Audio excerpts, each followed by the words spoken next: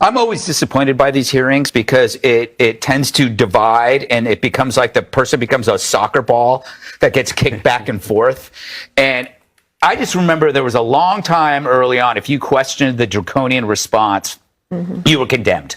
You were accused of not taking COVID seriously. And I took it seriously, but you saw experts like him choose the short-term benefit of fear over the long-term benefit of restraint. And now we're paying that price.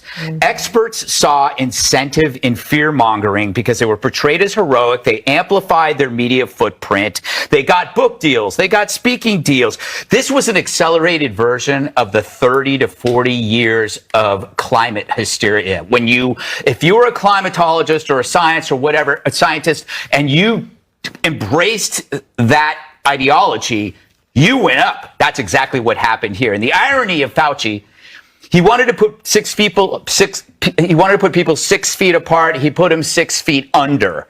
Because remember, that was the foundation of all the enforced isolation, was the 6 feet apart. When you walked by somebody, you would get all freaked out. There were people, you could not see your sick relatives who died. That happened in my family. People with autistic kids that were in the hospital, they could not see them unless you had some kind of power. People in recovery couldn't go to their meetings. There were overdoses. There were suicides. Kids lost a real education. And why? Why?